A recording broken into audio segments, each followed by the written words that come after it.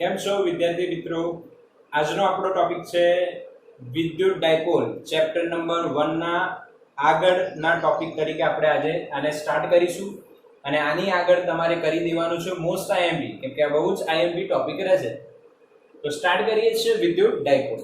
Okay, તો સૌથી પહેલા વિદ્યુત ડાયપોલની વ્યાખ્યા શું છે?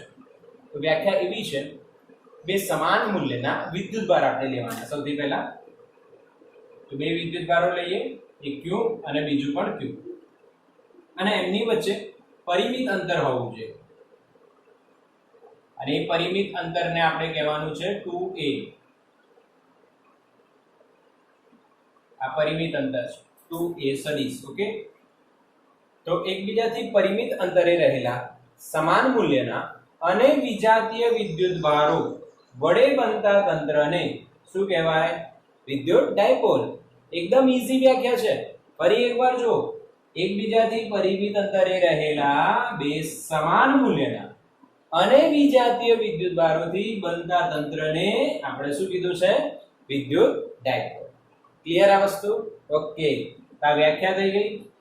અચ્છા, આ એમને વચ્ચે જે જોડતી રેખા થઈ ગઈ ને, આ મધ્ય બિંદુ આપણે લઈએ O, તો આ જે અંતર છે એને A કહેવાય અને આ અંતરને પણ A કહેવાય. એટલે ટોટલ કેટલું થઈ ગયું? 2a. ક્લિયર છે?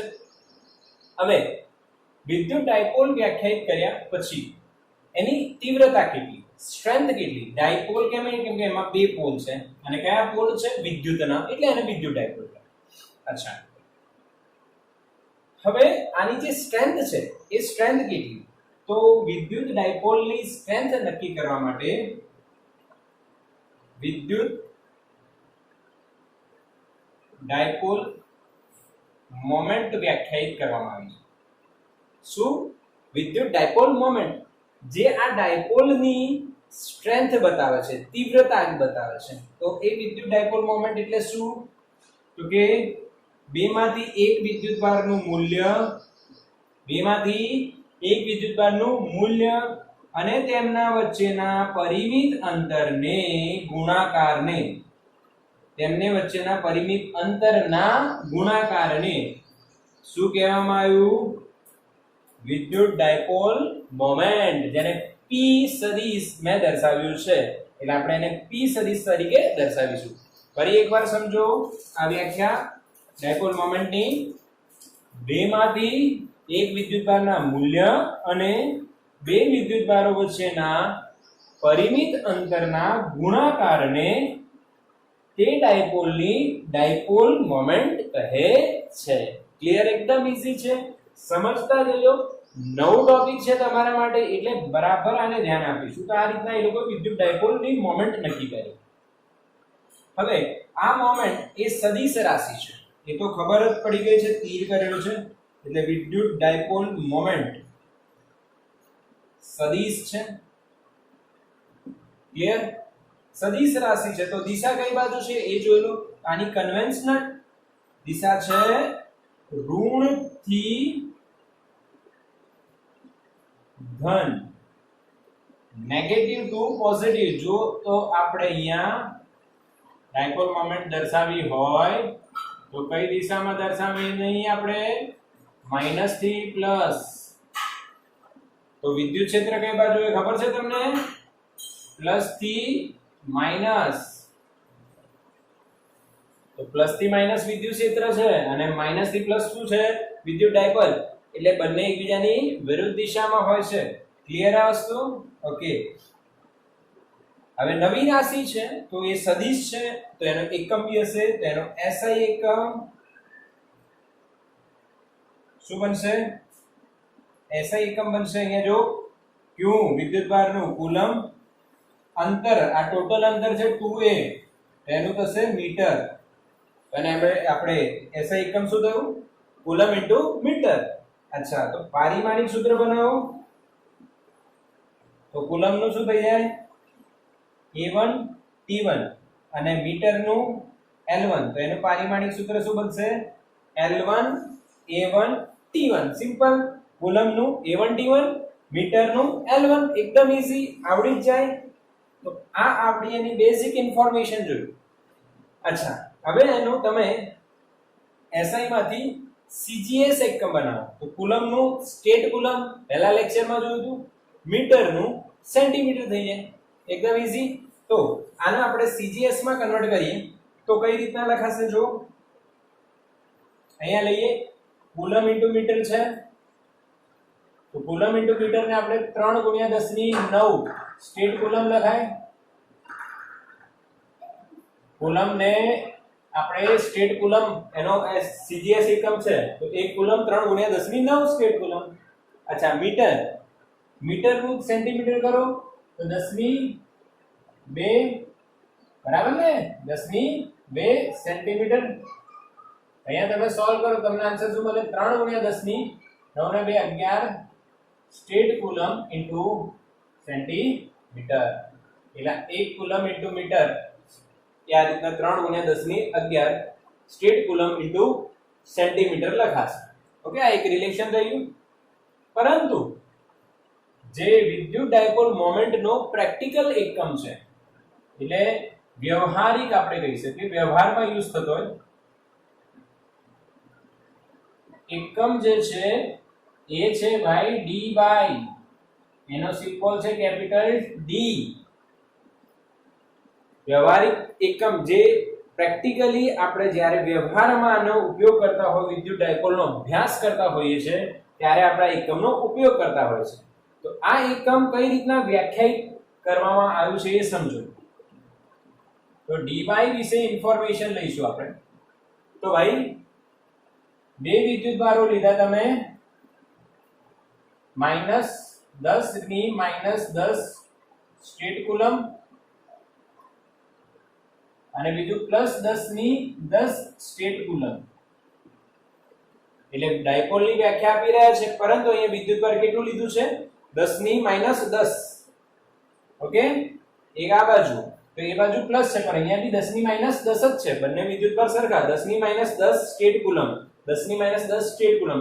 બીજા તે એક માઈનસ છે અને બીજો પ્લસ છે અને એમની વચ્ચેનું અંતર 1 એંગસ્ટ્રોમ રાખવામાં આવે તો અહીંયા જે ડાયપોલ મોમેન્ટ મળશે એ ડાયપોલ મોમેન્ટને 1d/, કહેવાય. ક્લિયર? એકબીજાથી 1 એંગસ્ટ્રોમ અંતરે રહેલા અને 10⁻10 સ્ટેટ કુલમ જેટલું મૂલ્ય ધરાવતા બે વિજાતીય વિદ્યુત ભારો ની ડાયપોલ મોમેન્ટને કેટલી કહેવાય છે, 1d/. ઓકે, તો અહીંયા આપણે લખી શકીએ 1d/, બરાબર વિદ્યુતભારનું મૂલ્ય કેટલું, 10⁻10 સ્ટેટ કુલમ ઇન્ટુ અંતર કેટલું છે, 1 એંગસ્ટ્રોમ. 1 એંગસ્ટ્રોમ ને હું શું લખી શકું છું, 10⁻8 સેન્ટીમીટર. 10⁻8 સેન્ટીમીટર. હા, 10⁻10 મીટર થાય તો સેન્ટીમીટરમાં 10⁻8 જ થશે. સોલ્વ કરીએ તો 10⁻18 સ્ટેટ કુલમ ઇન્ટુ સેન્ટીમીટર. આ મળ્યું આપણને 1d/, નું રિલેશન સ્ટેટ કુલમ અને સેન્ટીમીટર સાથે. ક્લિયર? બસ હવે આને તમે કુલમ અને મીટરમાં બી કન્વર્ટ કરી દો તો 10⁻18 રહેશે અહીંયા સ્ટેટ કુલમ. એટલે એક કુલમ એટલે 3 × 10⁹. તો એક સ્ટેટ કુલમ લખવા હોય તો ભાગ્યા કરી દેવા પડે એટલે કુલમના છેદમાં 3 × 10⁹. ક્લિયર? ઓકે, અને 1 સેન્ટીમીટર છે આપણી જોડે. અહીંયા સેન્ટીમીટર ને કઈ રીતના કરીશું મીટરમાં, 10⁻2 મીટર. હવે આને સોલ્વ કરીશું તો 10 ની કેટલી ઘાત થાય એ જુઓ. એકમ તો કુલમ ઇન્ટુ મીટર બની ગયું. 10 ની ઘાત ગણો, -18 ને -2 -20 અને આ ઉપર આવશે એટલે -29 અને 1/3 એટલે 0.33. તો ફાઇનલ આન્સર આવશે 3.3 × 10⁻30 કુલમ ઇન્ટુ મીટર. એટલે 1d/, નું SI એકમ કુલમ ઇન્ટુ મીટર સાથેનું રિલેશન. ઓકે, તો અહીંયા ડાયપોલનો વ્યવહારિક એકમનું 1d/, જે d/, છે એનો સ્ટેટ કુલમ ઇન્ટુ સેન્ટીમીટર, જેને આપણે સીજીએસ એકમ કહીએ છીએ ડાયપોલનો, એ સીજીએસ એકમ સાથેનો સંબંધ 10 ની -18 આવી ગયો, અને જે કુલમ ઇન્ટુ મીટર છે એસઆઈ, એની સાથેનો સંબંધ શું આવ્યો? 3.3 into 10⁻30 coulomb into metre. Okay, clear છે? આનું તમારે સ્ક્રીનશોટ લઈ લેવા જેવું છે બેટા. ઓકે, ચલો હવે એક બીજી નાની એવી વાત કરી લઈએ અહીંયા કે જે ડાયપોલ છે એનો વિદ્યુતભાર કેટલો? તો ડાયપોલનો કુલ વિદ્યુતભાર તો કેટલો થશે? તો એક છે -q વત્તા બીજો +q, તો કુલ વિદ્યુતભાર કેટલો? 0. ડાયપોલનો કુલ વિદ્યુતભાર કેટલું થાય ભાઈ? 0 થાય, સિમ્પલ છે. પરંતુ ડાયપોલ નું વિદ્યુત ક્ષેત્ર કોઈ દિવસ અહીંયા એટલે અહીંયા માટે શૂન્ય ન થાય. આપણને કંઈક વેલ્યુ મળશે.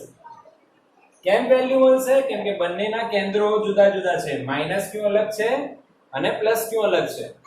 જો બંનેના કેન્દ્રો એક જ જગ્યાએ હોય તો આપણને વિદ્યુતભાર બી શૂન્ય મળે અને ક્ષેત્ર પણ શૂન્ય મળશે. તો અહીંયા થોડું કેમિસ્ટ્રી આમાં આપણે સમજીએ, કેમિસ્ટ્રીમાં કઈ રીતના, અને એવા સમ ફિઝિક્સમાં પણ પૂછાઈ શકે છે. તો આપણને ખબર છે અણુઓ બે પ્રકારના હોય. એક હોય અધ્રુવીય, બીજો હોય ધ્રુવીય પ્રકારનો. અધ્રુવીય એટલે ધન અને ઋણ બંને એક જ બિંદુ પર હોય. એક જ બિંદુ પર હોય તો એની ડાયપોલ મોમેન્ટ કેટલી થાય? 0.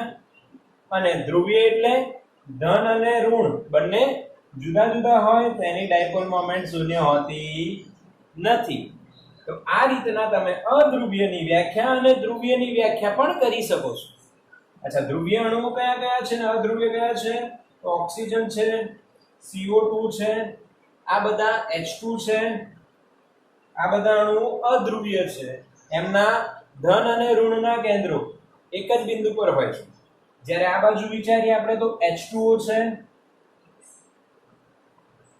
HCl છે, NaCl છે. આ બધા ધ્રુવીય અણુઓમાં આવે કેમ કે એમના કેન્દ્રો અલગ અલગ હોય છે. આનો ક્વેશ્ચન પૂછી શકાય છે આપણને. જેમ કે એક એક્ઝામ્પલ આપણે લઈએ તો H2O માં કાં તો HCl માં H અને Cl વચ્ચેનું અંતર આપણને આપે કે H અને Cl વચ્ચેનું અંતર આટલું છે. ક્લિયર કે નહીં? તો એની વિદ્યુત ડાયપોલ મોમેન્ટ શોધવાની છે.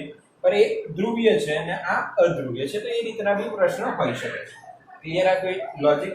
તો આ બે પ્રકાર આપણી જોડે છે, અધ્રુવીય અણુ અને ધ્રુવીય અણુ. ઓકે, હવે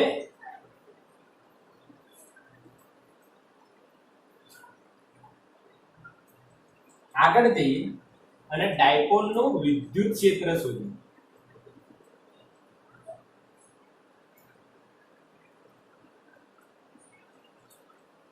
તો ડાયપોલના વિદ્યુત ક્ષેત્રના આપણી જોડે બે પોઈન્ટ રહેશે બેટા. કયા કયા? એક તો એની અક્ષ પરના બિંદુએ અને બીજું વિષુવ પરના બિંદુએ. ઓકે, ચલો તો પહેલા આપણે જોઈએ ડાયપોલની અક્ષ પર વિદ્યુત ક્ષેત્ર. ડાયપોલની અક્ષ પર વિદ્યુત ક્ષેત્ર કેટલું રહેશે? ચલો એ જોઈએ. આવો સમજીએ. તો બેટા અહીંયા માની લઈએ આપણે એક ડાયપોલ +q વિદ્યુતભાર અને અહીંયા માની લે -q. એમની વચ્ચેનું અંતર 2a. અહીંયા કેન્દ્ર.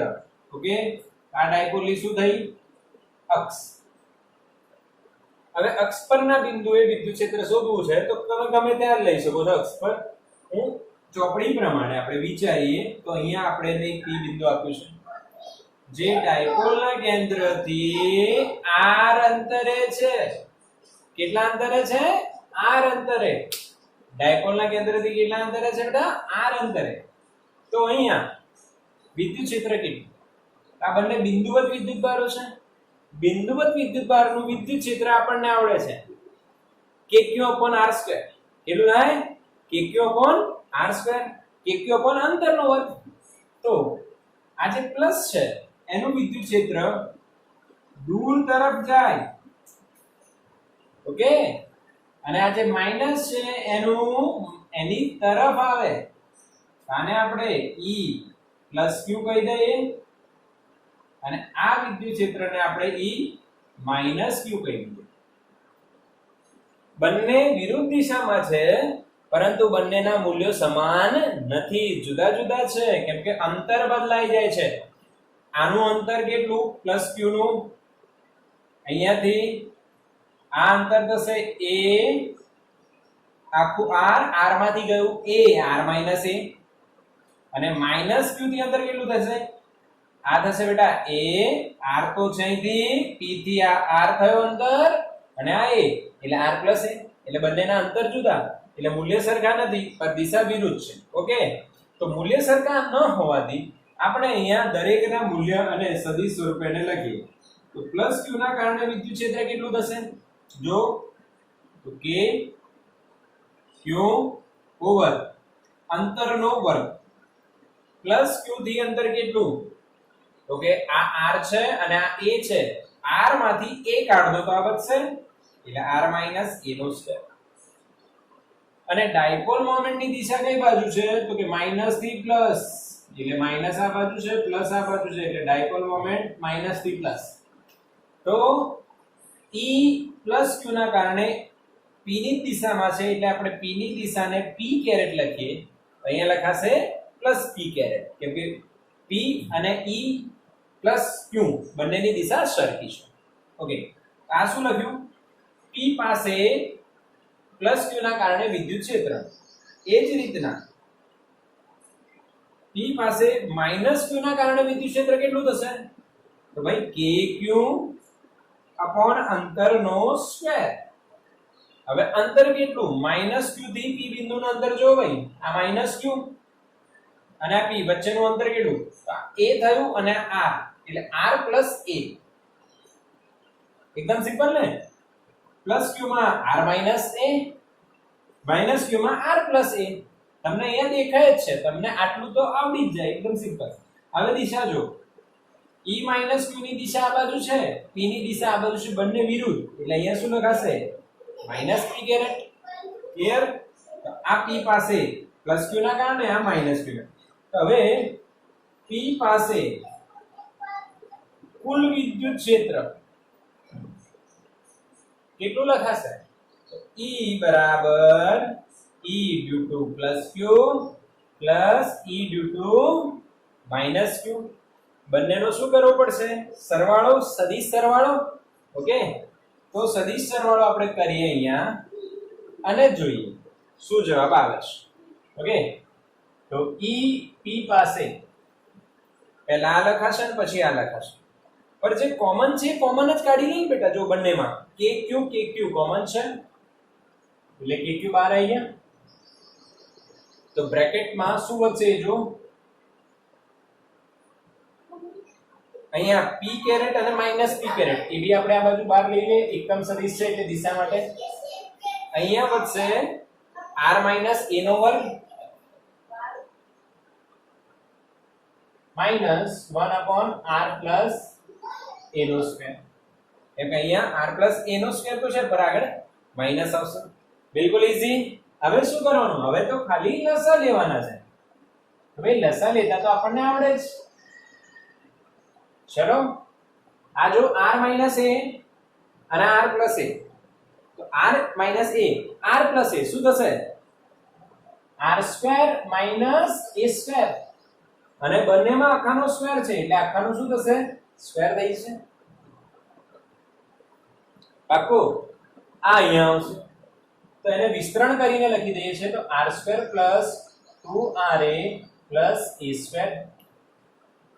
આનું વિસ્તરણ કરીને અહીંયા લખી દીધું. હવે આનું વિસ્તરણ ત્યાં લખી દઈશું. પણ આગળ શું છે? માઈનસ. પહેલા હું વિસ્તરણ લખી નાખું છું r² - 2ra + a². બટ આગળ માઈનસ કરીશું તો બધાની સંજ્ઞા ચિહ્ન આગળ બદલાઈ જશે. ક્લિયર? હવે જો કંઈક કટ થઈ રહ્યું છે, હા, r સ્ક્વેર કટ થઈ ગયું, a સ્ક્વેર કટ થઈ ગયું. તો અહીંયા આપણને શું જવાબ મળશે કે ક્યુ 2ra 4ra into p caret upon r square minus a square whole square થઈ ગયું. આપણને લાગે આન્સર આવી ગયું, તો બેટા બિલકુલ રાઈટ આન્સર આવી ગયો. બટ આ આન્સર ને થોડું ફોર્મેશન આપીશું. ફોર્મેશન કઈ રીતના આપીશું એ જો કે ભાઈ આમાં આપણે એવું લખીશું 2kp આવું લખાશે આમાં into r upon r square minus a square whole square into p caret. આ છે ફાઇનલ આન્સર. હવે એક પ્રશ્ન થાય, આ p ક્યાંથી આવ્યો? તો અહીંયા જો એક પદ લખી આપું તમને કે 4 ની અંદરથી હું લઉં છું, જોજો શું કરીએ છે, q into 2a લખાય. આ a રહ્યું, આમાંથી 2 લઈ લો, q into 2a, તો કેટલા વધ્યા બેટા? 2 વધ્યા into r into p caret upon r square minus a square whole square. ભાઈ q into 2a ને તો હમણાં આપણને ખબર છે શું કહેવાય? Dipole moment. એટલે આની જગ્યાએ p લખ્યું, p આવી ગયું. 2k તો છે જ, r છે અને p caret છે, સેમ ટુ સેમ. ઓકે, અહીંયા હું લખી આપું છું તમને રીઝન. p બરાબર શું લખ્યું છે? q into 2a. આવી ગયો આન્સર. તો આ ફાઇનલ આન્સર છે આપણો.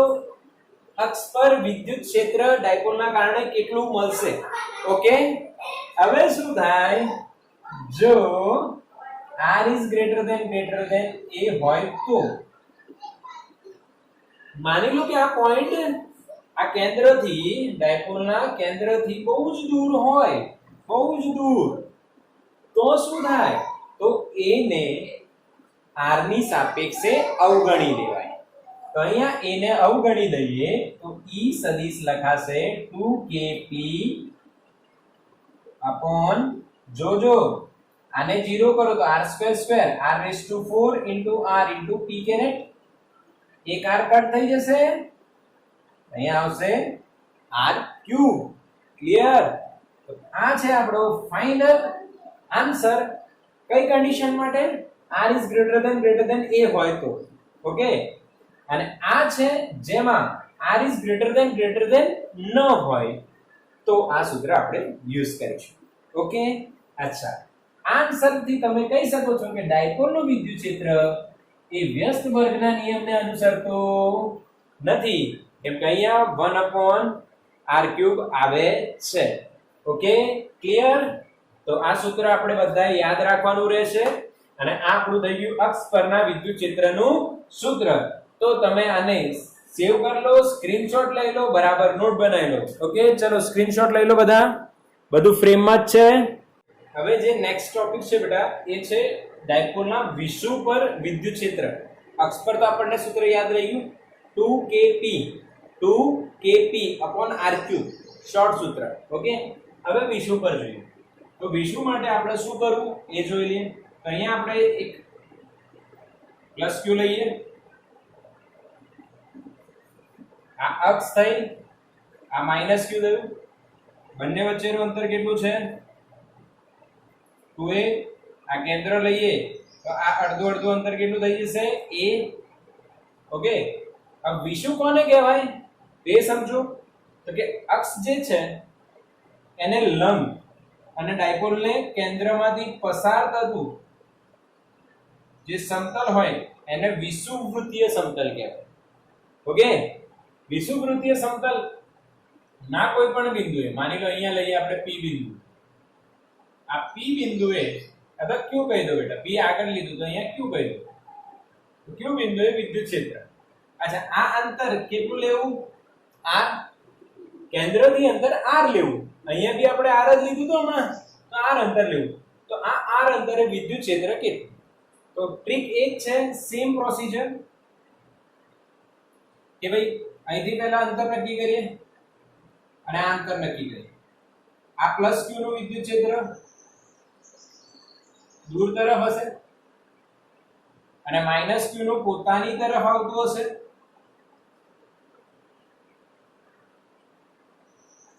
ઓકે, સેમ પ્રોસીજર છે. અચ્છા, હવે અહીંયા તમે એક વસ્તુ સમજજો,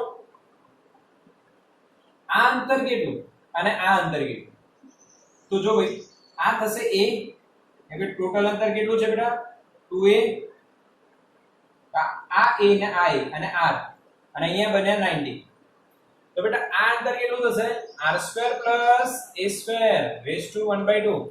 પાયથાગોરસ લગાવીશું. તો પાયથાગોરસ લાગી ગયો. તો આ અંતર અને આ અંતર બંને સરખા રહેશે. વિષુવવૃત્તીય રેખાના કોઈપણ બિંદુ માટે અથવા વિષુવવૃત્તીય સમતલના કોઈપણ બિંદુ માટે આ અંતર જે છે બંને વિદ્યુતભારથી એ શું રહેશે? સમાન. એટલે અહીંયા સમમિતિ બનશે. આ a સરખું રહેશે અને r સરખું રહેશે. તો દરેક બિંદુ માટે આ જે છે અંતર q બિંદુ અને q અને -q નું જે અંતર છે સરખું રહેશે. તેનો મતલબ વિદ્યુતભારના મૂલ્ય અને અંતર પણ સરખા થઈ ગયા. તો અહીંયા +q અને -q ના મૂલ્યો પણ સરખા થઈ જશે. કેમ કે અંતર અને વિદ્યુતભાર બંને સરખા છે. તો મૂલ્ય કેટલું થાય બેટા? kq / અંતરનો વર્ગ. અંતર કેટલું છે? 1/2. એટલે 1/2 નો વર્ગ, અહીંયા 1/2 પછી એનો વર્ગ, તો 2 કટ થઈ જશે. એટલે આ મૂલ્ય થાય.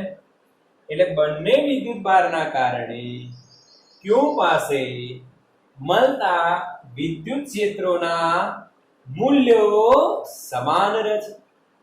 મૂલ્ય સમાન થઈ ગયું એટલે કામ 50% ઓછું થઈ ગયું. કઈ રીતના? અહીંયા ધ્યાન આપીશું. માની લો આ ખૂણો થીટા લઈએ બેટા, અહીંયા આપણે સમક્ષિતિજ દિશા લઈએ, તો આ ખૂણો બી શું થશે? થીટા. ઓકે, સમજ્યા મારી વાત? તો આ ખૂણો બી શું થશે? થીટા. કેમ કે આ ખૂણો બી થીટા થશે. કેમ કે આ જો આ બાજુ બંનેમાં સરખી, આ ખૂણો બંનેમાં સરખું, અને આ બાજુ બી સરખી, આ બાજુ બી સરખી. આ તો તમે કહી શકો બાજુ બાજુ બાજુ બાજુ બાજુ બા બા બા બી કહી શકો, અને બાખુ બા બી થઈ શકે. એટલે સમિતિ બની ગઈ. તો આ ખૂણો થીટા, તો આ થીટા, આ થીટા તો આ થીટા, તો આ z બન્યો, તો આ પણ થીટા થઈ ગયું. હવે આનો ફાયદો શું થશે? જો એક આનો ઘટક આમ મળશે, એને શું લખીશું આપણે? e - q, અથવા તમે ખાલી માઈનસ બી લખી શકો છો, sin થીટા. ઓકે, અહીંયા જે મળશે એ કયું થશે? e - q cos theta.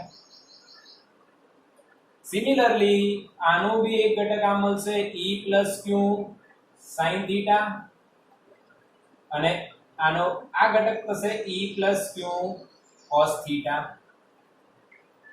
હવે જો જે ઉદ્ભવ ઘટકો છે e + q sin theta, e - q sin theta, એ સમાન મૂલ્યના થશે. કેમ કે બંનેના મૂલ્ય કેવા છે? સમાન. અને પરસ્પર કઈ દિશામાં છે? વિરુદ્ધ. તો એકબીજાની અસરને શું કરી દેશે? કેન્સલ. તો આ બંને એકબીજાની અસરને કેન્સલ કરશે. હવે જો જે પરિણામી વિદ્યુત ક્ષેત્ર છે q પાસે પરિણામી વિદ્યુત ક્ષેત્ર એ કેટલું લખાશે? જો તો કે ભાઈ E સદિશ બરાબર, અહીંયા તમે q બી લખી શકો છો, ઇટ ઇઝ ઓકે. E સદિશ બરાબર બંનેનો સરવાળો, E + q નું મૂલ્ય પ્લસ E - q નું મૂલ્ય, અને બંનેમાં cos θ સેમ છે એટલે મેં એને કોમન લઈ લીધું. હવે બતાવો દિશા કઈ બાજુ? તો પરિણામી વિદ્યુત ક્ષેત્રની દિશા આ થઈ. તમે સબાચર લો તો બી આ જ મળે, અને ઘટક લો તો બી આ જ મળે, કેમ કે આ બંને તો કેન્સલ થઈ ગયા. અચ્છા, એને ડાયપોલ મોમેન્ટની સ્વરૂપમાં લખવાનું છે. તો -q આ બાજુ છે અને +q આ બાજુ છે, એટલે ડાયપોલ મોમેન્ટની દિશા થઈ માઈનસ થી પ્લસ, અને પરિણામી વિદ્યુત ક્ષેત્ર થયું પ્લસ થી માઈનસ, બંને વિરુદ્ધ દિશામાં. એટલે દિશા માટે અહીંયા શું લખાશે? -t caret. ઓકે, હવે અહીંયા આવો બેટા, સમજ્યા ને દિશાની વાત? અહીંયાથી આ ક્લિયર? અચ્છા, આ બંને સમાન છે, આને હું શું લખી દઉં?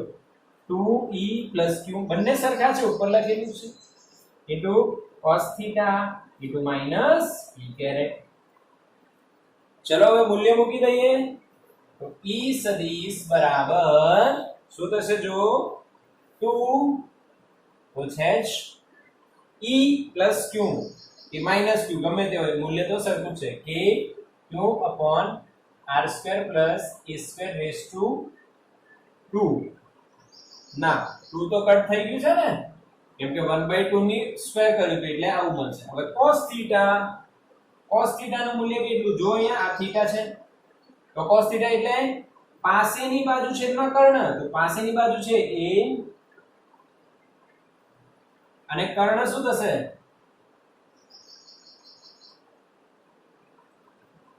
r square plus a square raise to 1/2 clear છે ને cos theta okay into minus p caret તો આપણું છે જ બેટા બસ સોલ્વ કરો જવાબ આવી જશે માઈનસ આગળ લખીએ છે કે q into 2a થઈ ગયું એટલે અગેન p આવી ગયું તો kp upon r square plus a square આધાર સરખો છે ઘાતાંકોનો સરવાળો અહીંયા ઘાત 1 છે 1 વત્તા 1 દૂત્યાંશ તો કેટલું થશે 3 દૂત્યાંશ અને દિશા માટે p કેરેટ અને અહીંયા તમે કારણ લખી શકો છો કે p બરાબર અહીંયા આપણે શું લખી દીધું છે q into 2a આ આવી ગયું અક્ષ પરનું વિષુવ પરનું વિદ્યુત ક્ષેત્ર અક્ષ પર હોય તો બગડો આવે અને નીચે માઈનસ નો અહીંયા પછી સ્ક્વેર આવશે એ બી હમણાં આપણે સમજી લઈએ ઓકે અહીંયા સેમ ટુ સેમ કન્ડિશન જો આ પોઈન્ટ q બહુ જ દૂર હોય એટલે કે જો r ગ્રેટર ધેન a હોય તો એને અવગણી દો તો e બરાબર minus kp into p caret upon a 0 કરો તો શું થશે r સ્ક્વેર ની 3 દૂત્યાંશ તો 2 કટ એટલે r નો શું આવી જશે ઘન તો અહીંયા તમે વિષુવ પર પણ e જે છે 1/r³ ના સમપ્રમાણમાં છે એટલે r³ ના વ્યસ્ત પ્રમાણમાં થયું ક્લિયર એનું એક સૂત્ર છે ખાલી અહીંયા kp/r³ છે ત્યાં શું હતું 2kp/r³ ક્લિયર કોઈ ડાઉટ આનો તમે સ્ક્રીનશોટ લઈ લો બેટા ઓકે ચાલ હવે એકદમ ક્લિયર થઈ ગયું બિલકુલ ઈઝી છે અહીંયા મૂલ્ય સરખું આવે છે એટલે કામ ઓછું થઈ જાય છે એમાં મૂલ્ય જુદું છે એટલે કામ થોડુંક વધારે આવે છે હવે આપણે અહીંયા એક વસ્તુ સમજીએ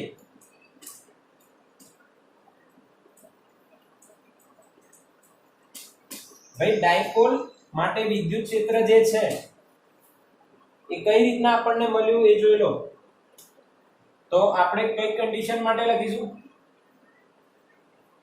તો E અક્ષ પર શું મળ્યું 2kp p caret upon r³ અને E વિષુવ પર શું મળ્યું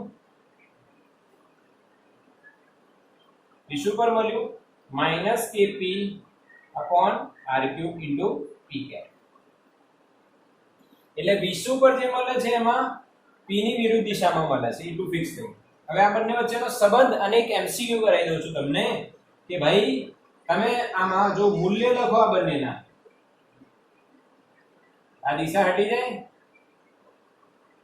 હવે તમે જો તો કે ભાઈ e અક્ષને તમે શું લખી શકો e અક્ષ 2 kp/r³ ની જગ્યાએ આ લખી શકાય એટલે 2 into e વિષુવ નું મૂલ્ય